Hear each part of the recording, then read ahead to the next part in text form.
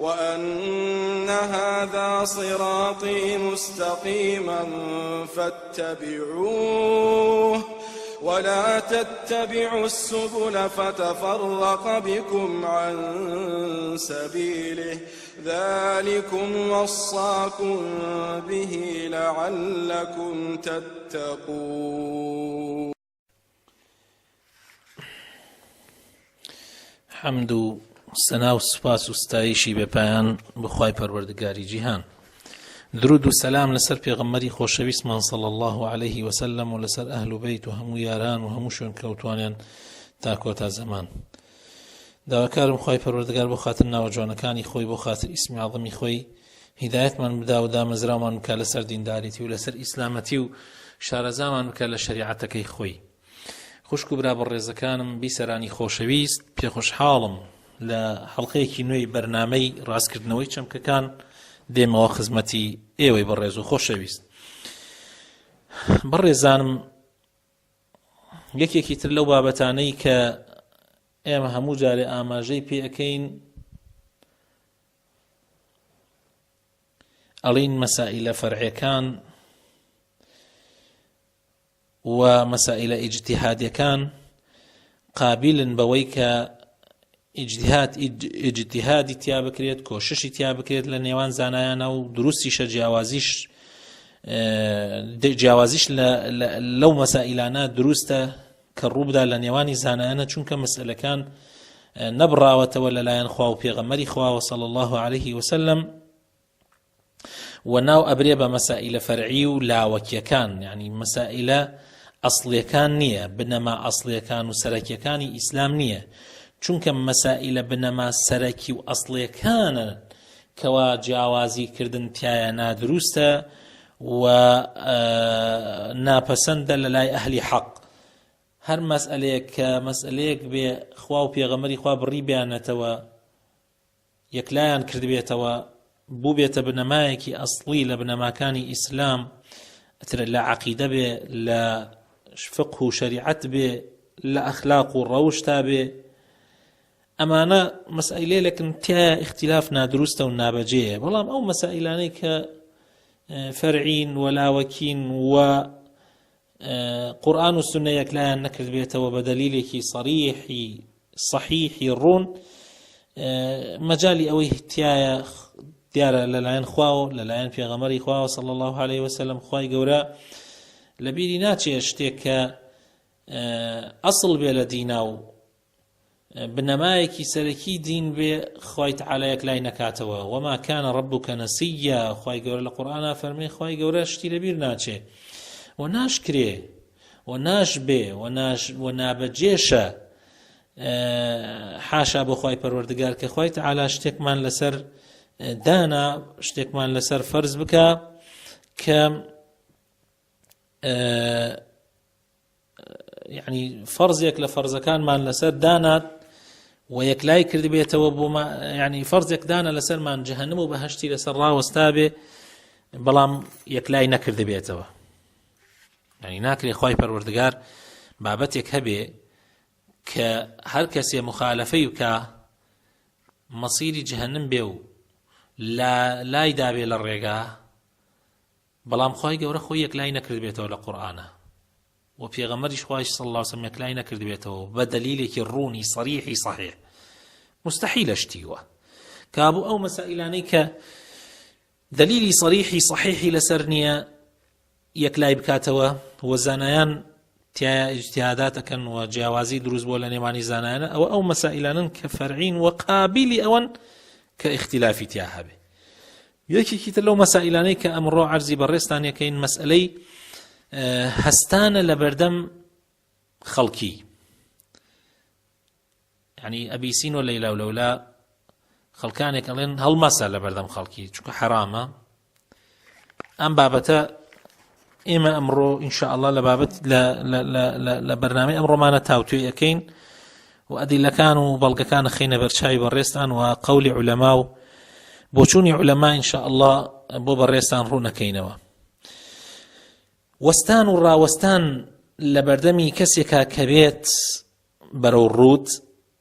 زانایان تایە اختلافیان هەیە. لە حکمی ئەمە کۆمەڵێکیان وتویانە نابێت هەڵسی لە بەردەم خەڵکی و ڕابۆسی لە بەردەمیە و هەندێکی تریشیان وتویانە حەڵاڵە و دروستە. ئێمە بۆ ڕوونکردنەوەی ئەم بابەتە ئەمڕۆ هەندێک ئەم مەسەلە تاوتویەکەین و حەقیقەتی ئەم مەسەلە خەینە پێشاوی بەڕێستان. یەکێک لە جوانترین ئەخلاقەکانی ئیسلام، یەکێک لە جوانترین ئاکارەکانی ئیسلام ئەوەیە کە ئینسان ڕێز لە کەسی خاوەن فەزڵ بگرێ، ڕێز لە کەسی خاوەن علم بگرێ، ڕێز لە پیاوی گەورە بە تەمەن بگرێ. پێغەمبەری خۆشەویستمان صلی الله عليه وسلم ئەفەرمێ لە حەدیثێکی صحیحە کە ئیمامی ترمذی و ئەحمەد بۆمانی گێڕنەوە، ئەفەرمێ لەیسە منا من لم يرحم صغيرنا ويوقر كبيرنا. للروايات كتير أفرمي ويعرف حق كبيرنا. لأيمنية كسيك كبزيبة بتشوك كان معنا نيتوا والريز احترامي جورا كانش من نجري حقو ما في جورا كان من نزاني و ڕێزگرتن لە پیاوی گەورە ڕێزگرتنە لە خوای پەروەردگار. پێغەمبەری خۆشەویستمان صلی الله عليه وسلم لە حەدیثێکی تری صحیحە کە ئیمامی ئەبو داود ئەیگەڕێتەوە ئەفەرمێ إن من إجلال الله إكرام ذي الشيبة من المسلمين. للرواية ذي الشيبة المسلم وحامل القرآن غير الغال فيه والجاف عنه وذي السلطان المقسط. ئەفەرمێ لە ڕێزگرتنی خوای پەروەردگار و بە گەورەزانینی خوای پەروەردگار ئەوەیە ئینسان ڕێز لە پیاوێکی سەرسپی و ڕیشسپی بگرێ لە مسلمانان، هەروەها ڕێز لە عالمێکی هەڵگری قورئان بگرێ کە لە توندڕەوەکان نەبێ و لە شلڕەوەکان نەبێ، یعنی هەڵگرێکی ڕاستەقینەی قورئان بێ، توندڕەو نەبێ، عالمێک بێ کە لای نەدابێ لە ڕێگا ڕاستەکەی ئیسلام، لە ناو ڕاستەکە و لە میان ڕەویەکەی ئیسلام. و هەروەها ڕێزگرتنی خوای پەروەردگارە و بە گەورەزانینی خوای پەروەردگارە ئینسان ڕێز لە دەسڵاتدارێکی عادل و دادپەروەر بگرێ. هەروەها لە حەدیثی صحیحە هاتووە کە ئەنەسی کوڕی مالک ئەفەرمێ پێغەمبەری خۆشەویستمان صلی الله عليه وسلم فەرمووی ما أكرم شاب شيخا لسنه إلا قيض الله له من يكرمه عند سنه. هەر کاتێ گەنجێک ڕێز لە پیاوێکی بەتەمەن و گەورە بگرێ ئیلا خوای پەروەردگار کەسێکی بۆ ئەنێرێ لە کاتێکا کە ئەو چووە تەمەن و ڕێزی لێ بگرێ. ئەمەش حەدیثێکە ئیمامی ترمذی ئەیگێڕێتەوە. و حەدیثی تریش لەو بارەوە زۆرە، لەوانە بۆ نمونە پێغەمبەری خۆشەویستمان صلی الله عليه وسلم کۆمەڵێک هاتنە ژوورەوە بۆ لای یەکێکیان دەستی کرد بە قسەکردن کە تەمەنی مناڵ بوو. پێغەمبەری خوا صلی الله عليه وسلم فەرمووی کەبیر کەبیر، واتە بە کەسی گەورەتر و بەتەمەنتر لە تۆ قسە بکە. ئەمە لە صحیحی بوخاری و مسلیمیشە هاتووە. و لە خەوێکیا پێغەمبەر صلی الله عليه وسلم ئەفەرمێ لە خەوما سیواکێکیان بۆ هێنام سیواکی پێ بکەم، کاتێ سیواکم پێکرد دوای ئەوە دام بە کەسێکی بچووک کە لە لاتەنیشتمە بوو، وتیان پێم وتیان بیدە بە کەسێکی گەورەتر. ئەمەش لە صحیحی مسلیمە هاتووە. و لە صحیحی مسلمە هەروەها پێغەمبەری خۆشەویستمان صلی الله عليه وسلم دەربارەی ڕۆژە یعنی ڕیزەکانی نوێژ ئەفەرمێ ليليني منكم أولو الأحلام والنهى ثم الذين يلونهم. ئەفەرمێ با لە ڕیزەکانی نوێژە پیاوە معقول و خاوەن ژیری و عەقڵەکان لە پشتمەوە ڕابۆسن، یعنی لە ڕیزی یەکەم، پاشان ئەوانەی کەوا لە ئەوان بەخوارترن، پاشان ئەوانەی کە لە ئەوان بەخوارترن. ئەمەش هەر لە صحیحی موسلیمە هاتووە. و لەم بارەیەوە پێغەمبەری خۆشەویستمان صلی الله عليه وسلم حەدیثی تری هەیە فەرمی ئەنزل الناس منازلهم، هەر کەسێ لە شوێن و جێگای خۆیان ڕێز لێ بگرن، یعنی خەڵکی خاوەن ڕێز لە شوێنی خۆیان ڕێزی لێ بگرە. کەوابوو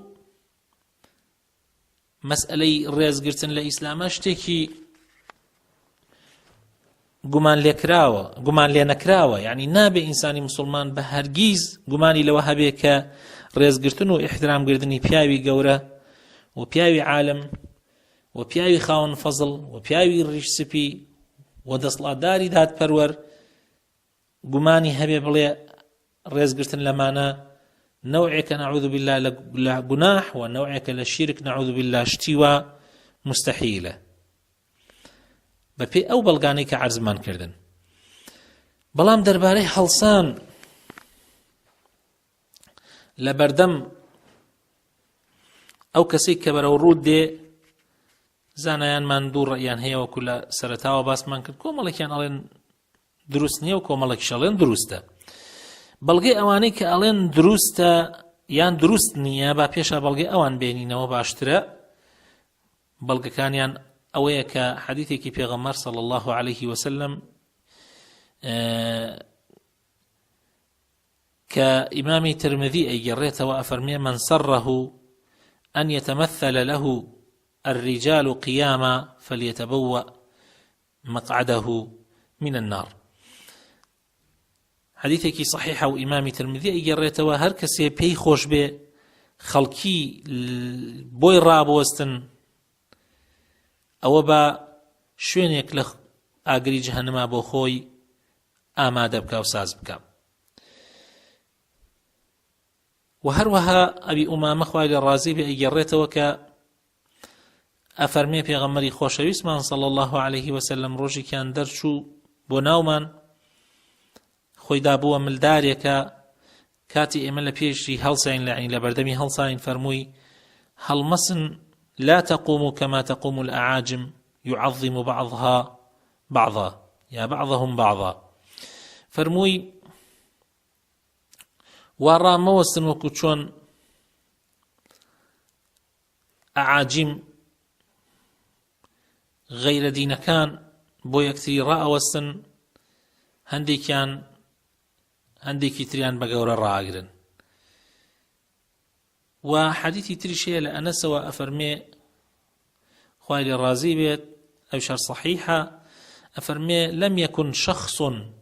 أحب إليهم من النبي صلى الله عليه وسلم وكانوا إذا رأوه لم يقوموا لما يعلمون من كراهيته لذلك. أفرمي لنا أصحاب كاني بيغمر صلى الله عليه وسلم كسي كتر أو نخو شويس نبو لضليانا وكو بيغمر،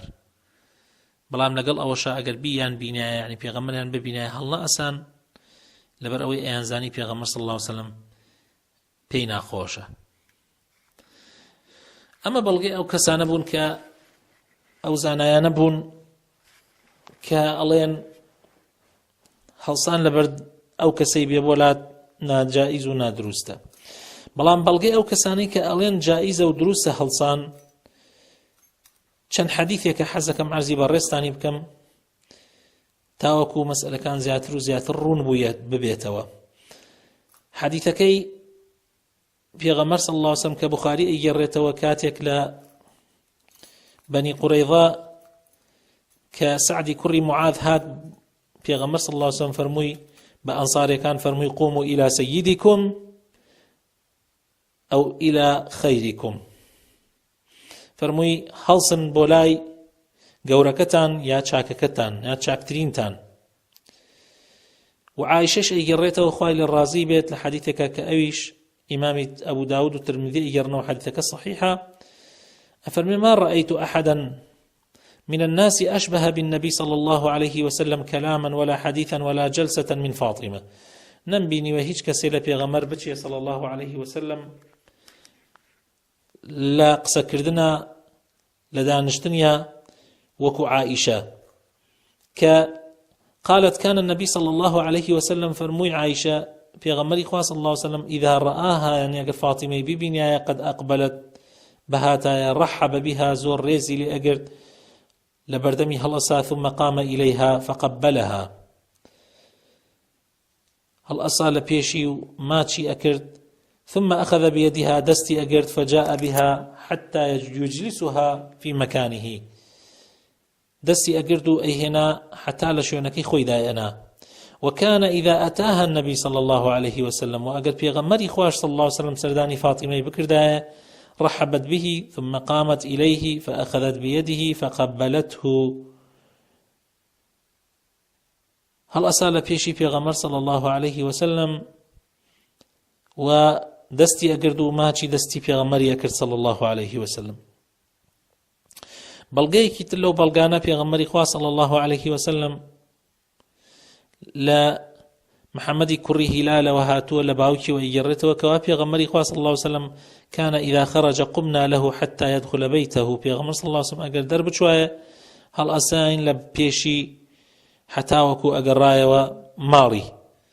ولتشيروكي توبكي كعبي كري مالكا لصحيحين هاتوا كاتي كعبي كري مالك لغزاي تبوك دواكوت وخواي قورا توبەی دابەزاند وەلەی خۆش بوو ئەفەرمێ نوێژی بەیانی بۆ ڕۆشتم بۆ مزگەوت خەڵکی پۆل پۆل ئەگەشتن پێم و پیرۆزبایی ئەو تەوبە قبوڵکردنی تەوبەکەیان لێ ئەکردم هەتا ڕۆشتمە ناو مزگەوتەوە بینیم پێغەمبەر دانیشتووە ئەسحابەکانی بە دەوریا دانیشتو بوون تەڵحەی کوڕی عوبەیدوڵڵا لەناو ئەو خەڵکە هەڵسا و بە هەڕوەلەو بەڕاکردنەوە هاتە پیریمەوە و باوشی پیا کرد تەوقەی لەگەڵا کردم و باوشی پیا کردم و پیرۆزبایی لێ کردم جا کعبی کوڕی مالک هەرگیز ئەوەی لەبیر نەئەچوو کە تەڵحە بۆی کرد ابن حجر خوای لە ڕازی بێ لە فتح الباری ئەفەرمێ وفيه تهنئة من تجددت له نعمة والقيام إليه إذا أقبل ئەمەش ئەوە ئەگەیەنێت کە دروستە ئینسان پیرۆزبایی لە کەسێک بکا کە خوای گەورە نیعمەتێکی بەسەرا تازە ئەکاتەوە و لە پێشی هەڵسی ئەگەر بەرەو ڕووی هات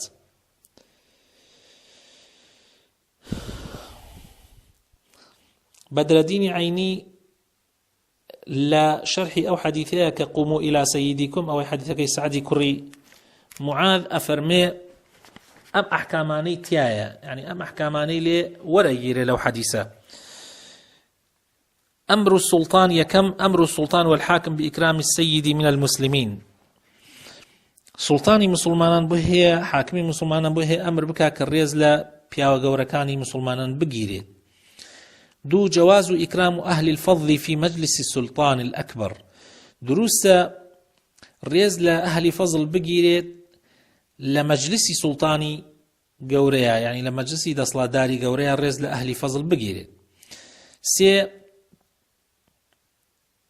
القيام فيه لغيره من أصحابه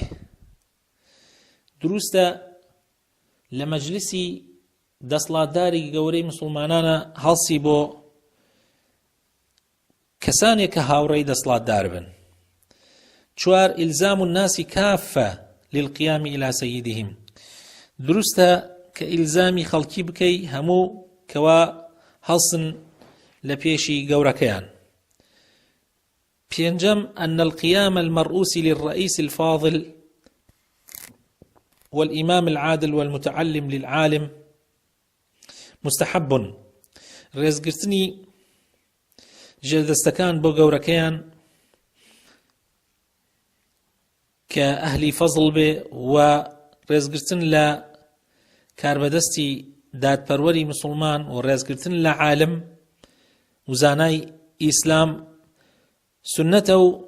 وإنما يكره لمن كان بغير هذه الصفات بەڵام ئەوەی کە مەکروهە ئەوەیە کە ئەگەر ئەو صفاتانەی تیانە بێت و هەڵسی لە پێشی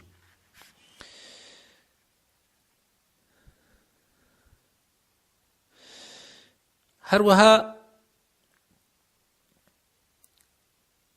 بەدرەدینی عەینی ڕەدی ئەو کەسانە ئەداتەوە کە ئەڵێن دروست نییە لە بەردەم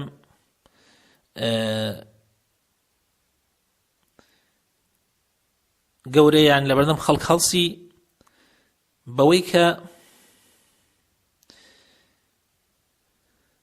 ئەو حەدیثەی كألي خرج النبي صلى الله عليه وسلم متوكئا على عصا فقمنا له فقال لا تقوم كما تقوم الأعاجم. ألي طبري أفرمي أو حديثة ضعيفة ومضطربة سندكي كساني كتايا كنا ناسرينوا. وأو حديثيك عبد الله كري بريداء أي جريتوك إمام حاكم نقلي كردوا كوا باوكي شو ولاي معاوية جاء معاويش أو حديثي بو جراوتو كفرمي من أحب أو من سره أن يتمثل له الرجال قياما وجبت له النار، يعني الرواية كسر وكعرز مان كردن فليتبوأ مقعده من النار. طبري أفرمي أما قد غي أواك إنما فيه نهي من يقام له عن السرور بذلك لا من يقوم إكراما له. أما نهيك بو كسيك كحزب كات خلقي لبردمي هلسنك وكو ريزيك لبران بركت بيغري قدغا كردنك بو أوية، يعني كسانيك حزكن خلقي بوي راوستن تاو كبولين بياويكي قوريه.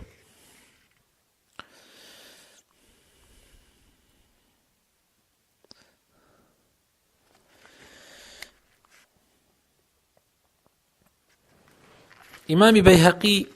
رحمتي خوالي بأفرمي القيام على وجه البر والإكرام جائز. عليه هلصان يعني لبردم كسيك بويك شاكي برانبر بكي يعني ريزي لي بقري جائزة وكبون من أنصار كان لبردم سعد هلصان وطلحش لبردم كعبي كري مالك هلصا. ولا ينبغي لمن يقام له أن يعتقد استحقاقه لذلك. وأو كسشي كهلصي لبردمي نابي وابزانيك أو مستحق هلصي لبردمي،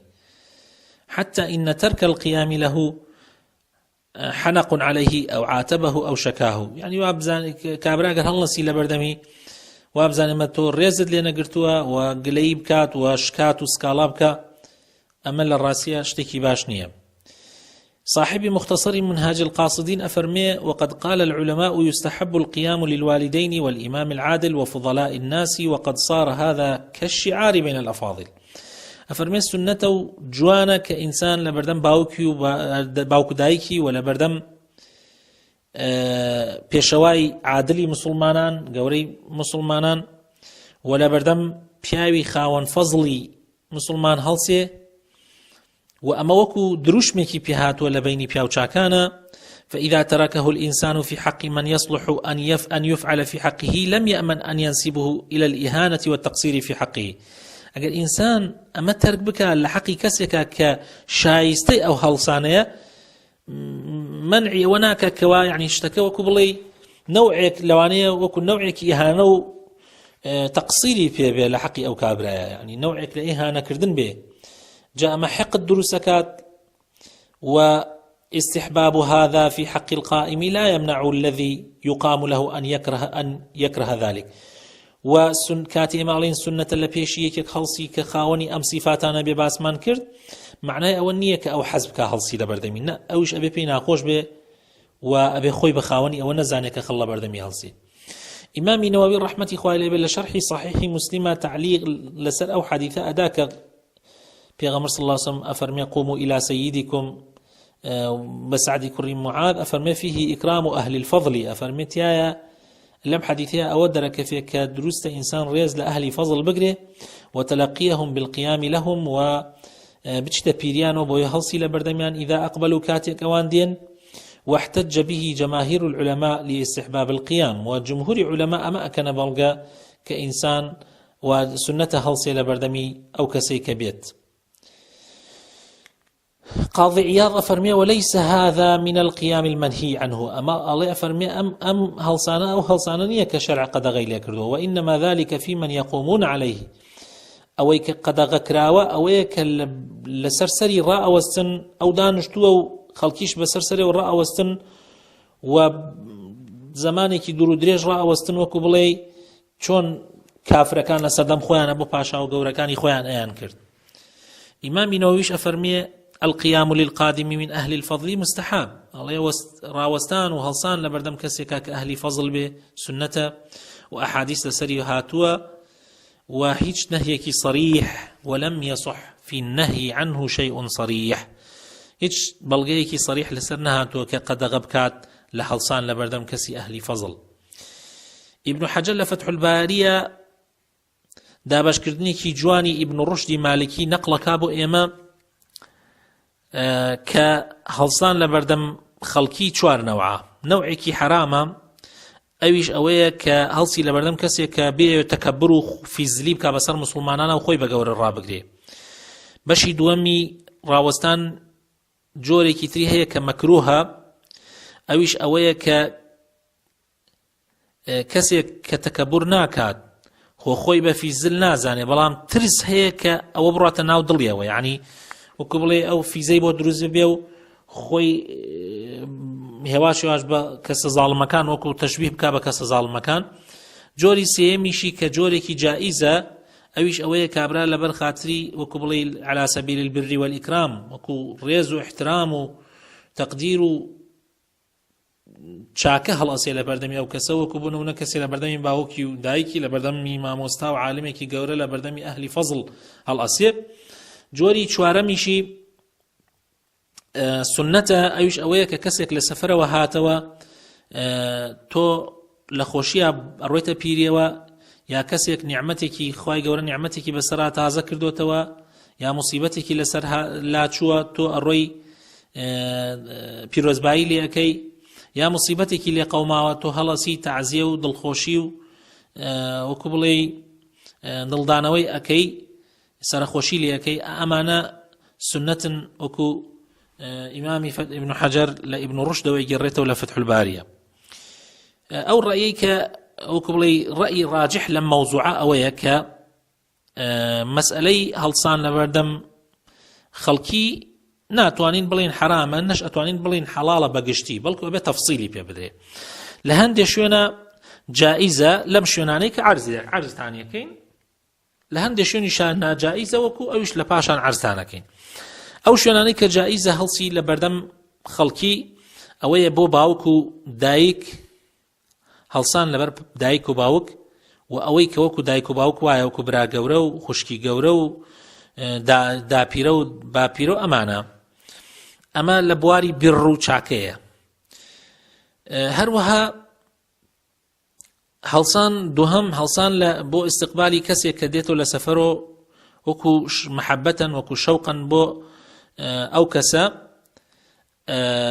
وەکو پێغەمبەر صلی الله عليه وسلم لەبەر پێی جعفەر هەڵسا کاتێ لە حەبەشە گەڕایەوە و جۆری سێم لە هەڵسانەکە ئەوەیە کە کابرایەکی خاوەن فەزڵ بەتەمەن خاوەن مەنزیلە و پلەپایە دەسڵاتدارێکی عادل و ڕێکوپێک و هەڵئەسی لە پێشی ئیحترامێکی تەقدیرێگری وەکو پێغەمبەر صلی الله عليه وسلم بە ئەنسارەکانی فەرموو بۆ سەعدی کوڕی معاذ هەڵسن ئەوەش دروسە هەروەها چوارەم هەڵسان بۆ مناڵێک وەکو بۆ نمونە کوڕت کچت کوڕەزات کچەزات ئەمە لەلایەن شەفەقە و ڕەحمە و زیاتر خۆشەویستیکردن وەکو پێغەمبەر صلی الله عليه وسلم بۆ فاتمە هەڵساوە جۆرێکی تریان پێنجەم جۆر لەوانەی کە دروستە ئەوەیە کە ئینسان بۆ پیرۆزباییکردنی کەسێ کە دڵخۆش ببێ و بۆ سەرخۆشیکردن لە کەسێک کە موسیبەتێکی توش ببێ وەکو ئەوەی کە طەلحە بۆ کەعب هەڵسا پێغەمبەر صلی الله عليه وسلم منعی نەکرد ئەگەر ناجائز بۆیە هەر لەوێ پێغەمبەر صلی الله عليه وسلم فەرموو ناجائیزە هەڵسانەکە طەلحە شەشەم جۆر لەو جۆرانەی کە دروستە طبعا ئەوەی طەلحە لە ئاخیری ژیانی پێغەمبەریشا بووە صلی الله عليه وسلم لە شەڕی تەبووکا بووە یعنی معنای وایە کەس بۆی نییە بڵێت هەڵسان لە پێشا دروست بۆ دوای ئەوە پێغەمبەر صلی الله عليه وسلم قەدەغەی کردو چونکەوە لە ساڵی دەی کۆچیە بووە یعنی لە ئەواخیری تەمەنی پێغەمبەرا بووە صلی الله عليه وسلم جۆرێکی تر لەو جۆرانەی کە دروستە ئەوەیە کە ئینسان بۆ حرەسی و پاسەوانی بەسەر کەسێک و ڕابوەستێت دروستە وەکو مغیرە لەسەر سەری پێغەمبەر صلی الله عليه وسلم ڕاوەستا بوو لە سوڵحی حودەیبیە کاتێک مفاوزاتی لەگەڵ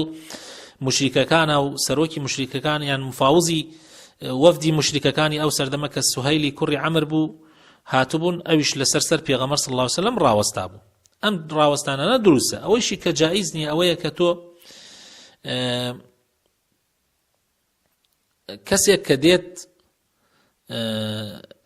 دێتە ژوورەوە، یعنی لە شوێنێکە دانیشتون کەسێک دێتە ژوورەوە تەکەببوڕان خەڵک لە بەردەمی هەڵەسێ و ئەویش تەوقە لەگەڵ کەسە ناکا و ئەڕۆ دائەنشێ و هیچ حەسابێ بۆ کەس ناکات و وەکو بڵێ خەڵکەش ڕائوەستن تا ئەو پیان ئەڵێ دانشن. ئەمەش لە ڕاستیە نەوعێک لە فیزلیە ئەگەر تەکەببوڕ و تەعەزیمی تیابێ، ئەگەر لەبەر ئەوە نەبێت تەوقە نەکردنەکە لەبەر ئەوە بێ هیلاکیان نەکەم یان ناکرێ زۆرن خەڵکەکە، ئەگەر لەبەر ئەوە نەبێ ئەوە دروست نییە ئەو هەڵسانە. هەروەها هەڵسانێک لە دەوروبەری کەسێک کە وەکو مەلیکێک وەکو دەسڵاتدارێ وەکو ڕئیس عەشرەتێ و بانسەریەوە ڕائەوەسی وەکو کافرەکان لە سەردەمی خۆیان بۆ پاشاکانیان ئەیان کرد، ئەمە ئەگەر حرەست نەبێت، یعنی ئەگەر حرەست بێ ئەوە جیاوازە وەکو باسمان کرد لە حاڵەتی پێویستیە. سێیەم شێوەکە دروست نییە کە ئەگەر بزانی ئەو کەسە پێی خۆشە و هەڵسی لە بەردەمی و پێی ناخۆشە کە هەڵنەسی لە بەردەمی و وەکو بڵێ کابرا بەوەوە کیبر و تەکەببوڕ ئەکاتە سەر موسڵمانانە. بۆ نمونە کابرایەکی زاڵمە ناسراوە بە زاڵمی یا فاسقێکە ئیعلانی فسقی خۆی کردووە بە ئاشکرا لە نێوانی موسڵمانانە، ئەو لەو حاڵەتە ئەتوانێت ئینسان لە پێشی هەڵنەسێت و هەڵیش نەسێ باشترە و هەڵسانیش لەوانەیە گوناحباری بکە ئەگەر بزانێت ئەوە بەو هەڵسانێ ئەو زیاتر و زیاتر بەسەر موسڵمانانە مسەڵەت ئەبێ و مسڵمانان بۆی زەلیل ئەبن. ئەمە مختصری ئەو بابەتە بوو کە ئەمڕۆ حەزم کرد عەرزانی بکەم، چونکە ئەمیش هەندێک جار کێشەی لەسەر دروست ئەبێ لە نێوانی مسڵمانانە کەوابوو بەعام هەڵسان بۆ ئەهلی فەزڵ بۆ خەڵکی خاوەن فەزڵ شتێکی چاکە ئیلا لەو حاڵەت لەو سێ حاڵەتە نەبێ کە عەرزمان کردن. داواکارم خوای گەورە بۆ خاتر ناوە جوانەکانی خۆی بۆ خاتر ئیسمی عەظەمی خۆی هیدایەتمان بدا و نوری ئیمان بخاتە دڵەکانمانەوە و شارەزامان بکە لە دینەکەی و زیاتر و زیاتر. سبحان ربك رب العزة عما يصفون وسلام على المرسلين والحمد لله رب العالمين.